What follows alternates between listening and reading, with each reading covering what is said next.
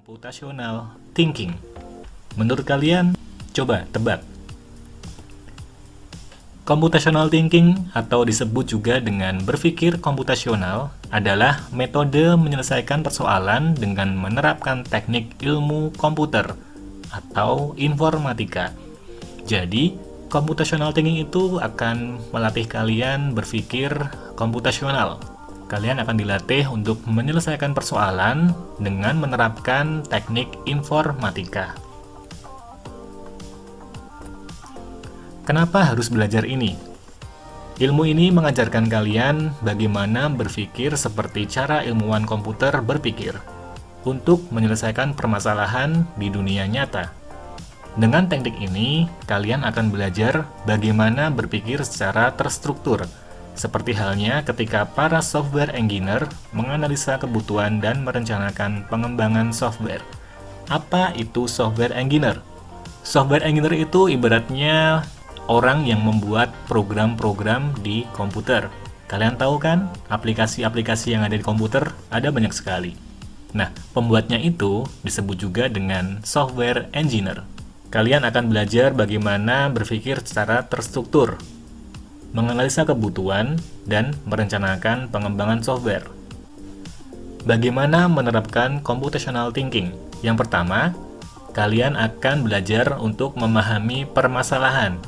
Kemudian, dari masalah tadi, kalian akan mengumpulkan data-data yang ada di masalah itu. Dan dari data itu, kalian bisa mencari solusi sesuai dengan masalah. Ini adalah tahap-tahap bagaimana menerapkan computational thinking pada kehidupan sehari-hari. Teknik kunci computational thinking. Ada 4 teknik di sini. Yang pertama, ada decomposition. Decomposition itu adalah memecahkan masalah yang lebih besar atau kompleks menjadi bagian-bagian yang lebih kecil atau sederhana. Jadi, masalah yang kompleks tadi akan kalian pilah-pilah menjadi bagian-bagian yang lebih kecil, jadi lebih sederhana.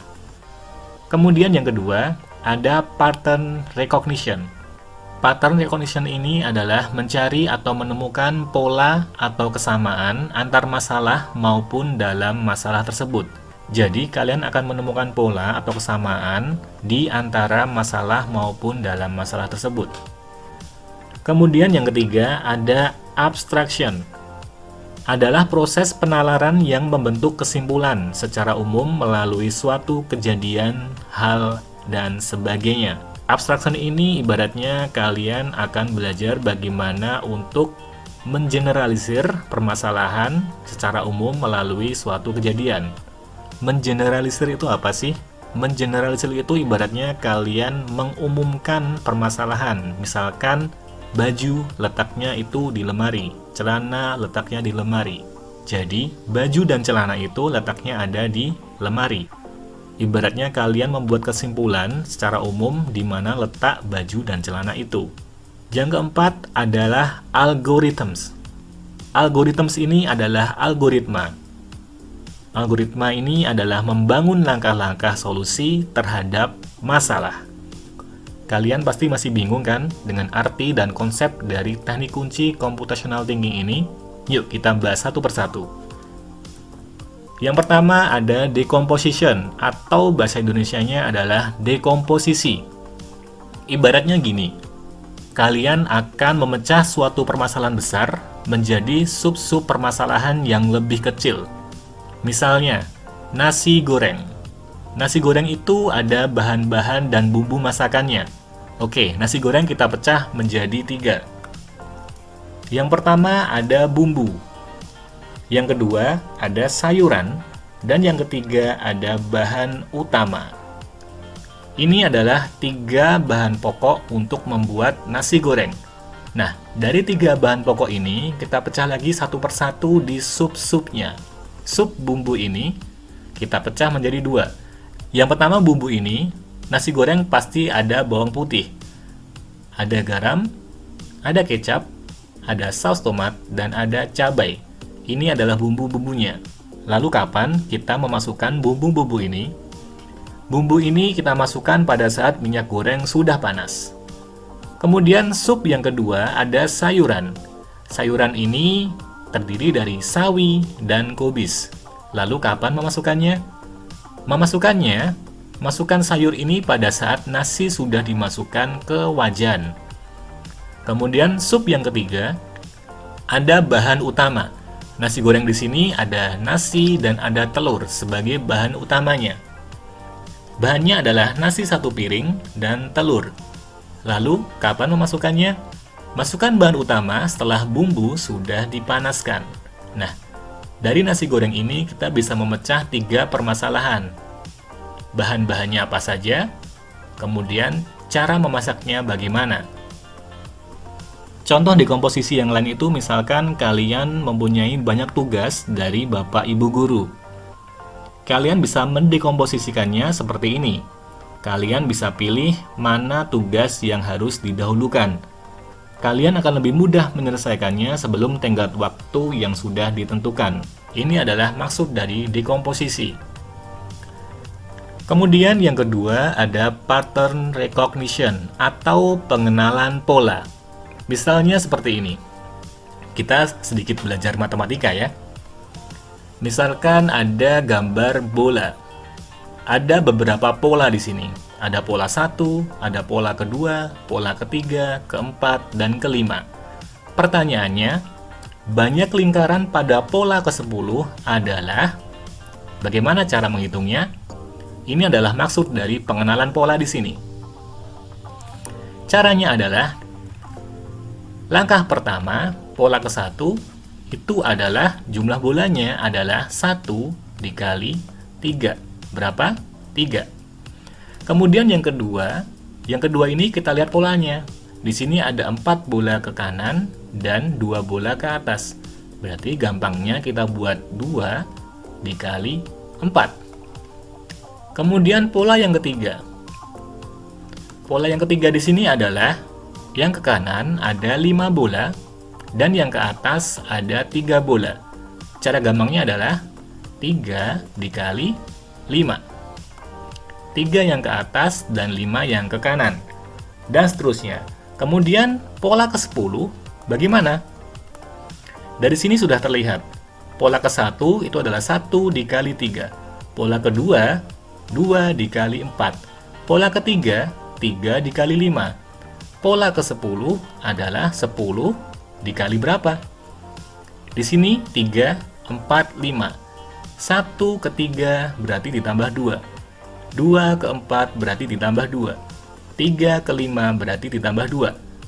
Jadi di sini 10 ditambah 2 berarti 12. Pola ke-10 adalah 10 dikali 12 berapa? 120. Ini jawabannya. Banyak lingkaran pada pola ke-10 adalah 120 lingkaran. Ini adalah contoh dari pengenalan pola. Kemudian ada abstraction atau abstraksi.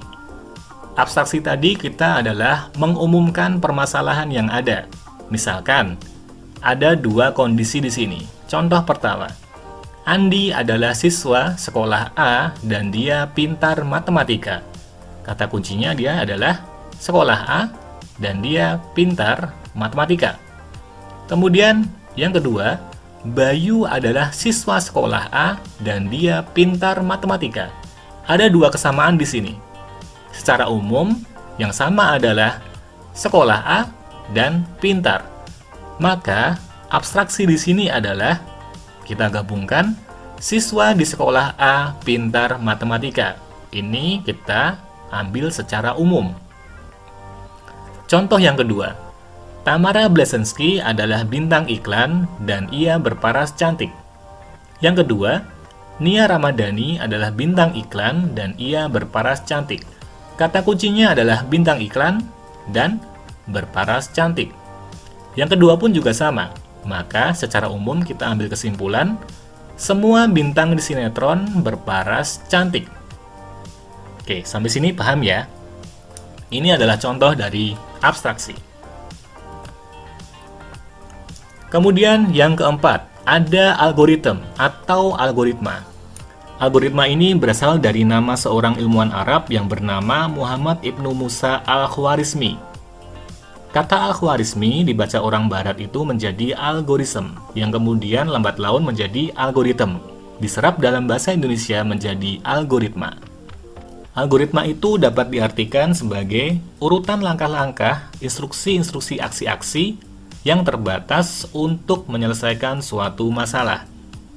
Contohnya seperti ini. Terdapat dua gelas. Gelas A ini berisi kopi dan gelas B berisi teh. Tukarkan isi dua gelas tadi sehingga gelas A itu menjadi teh dan gelas B menjadi kopi. Bagaimana cara menukarnya? Langkahnya bebas. Kita ambil contoh seperti ini. Kita akan memasukkan di sini gelas C. Gelas C ini masih kosong. Lalu bagaimana caranya kita menukar gelas A ke B dan B ke A? Caranya adalah, yang pertama, kita tuangkan kopi di gelas A ini ke gelas C. Ini adalah langkah pertama. Maka gelas A kosong dan gelas C berisi kopi. Langkah kedua, kita tukarkan gelas B tadi yang berisi teh ke gelas A yang awalnya tadi berisi kopi. Jadi sekarang gelas B kosong dan gelas A menjadi teh. Ini adalah langkah yang kedua. Kemudian gelas C yang tadi berisi kopi, kita akan pindah ke gelas B yang sekarang kosong. Ini adalah langkah ketiga. Jadi sekarang gelas A menjadi teh dan gelas B menjadi kopi. Akan tertukar karena ada bantuan gelas C yang kosong di sini tadi. Gelas A akan menjadi teh dan gelas B menjadi kopi. Paham ya sampai sini ya? Ini adalah contoh dari algoritma, langkah-langkah untuk menyelesaikan suatu permasalahan. Oke, itu saja materi kita hari ini tentang computational thinking